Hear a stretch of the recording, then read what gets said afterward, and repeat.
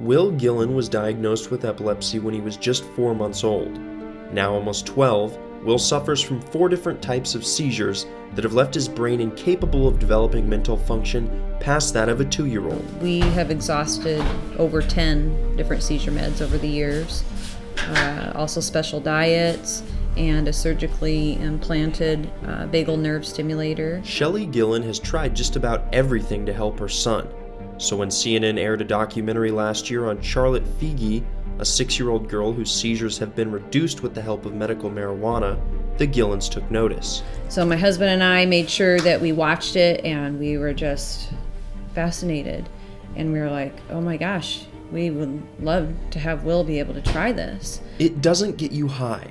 That's because cannabidiol, or CBD, is a compound in cannabis that doesn't have the psychoactive effects of THC. But that doesn't matter, because it's still illegal in the state of Nebraska. Bellevue State Senator Sue Crawford is trying to change that. We knew if we were going to do anything about it, especially this year, that it would need to be a carefully crafted, narrow solution. That narrow solution was introduced as LB 1102, nicknamed Will's Law after the Gillen's son. It would have legalized CBD oil solely for the treatment of epilepsy, but it was withdrawn due to lack of support from a Level 4 epilepsy center. Instead, an interim study will be conducted. So it gives you a lot more flexibility to talk to a wide number of people and have them really give good feedback on what they'd like to see in a bill. So there's trials and there's been increasing amounts of interest all over the country for this. Dr. Deepak Madhavan is the director of the Nebraska Comprehensive Epilepsy Program.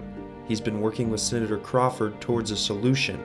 An issue for him is that CBD oil is both illegal federally and hasn't been approved by the FDA. We have very limited ideas of proper dosing, how safe it is in terms of side effects.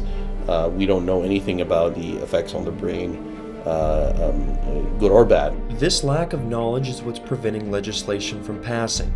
It's why the Epilepsy Foundation released a statement in February calling for increased medical marijuana access and research, and for the DEA to end restrictions that limit clinical trials.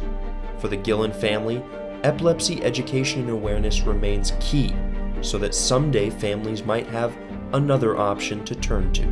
And we're realistic. We know that it's possible that oil might not work for Will or it won't work very well, but we just firmly believe that he deserves a chance to try it at least. For KRNU News, I'm Brian Fry.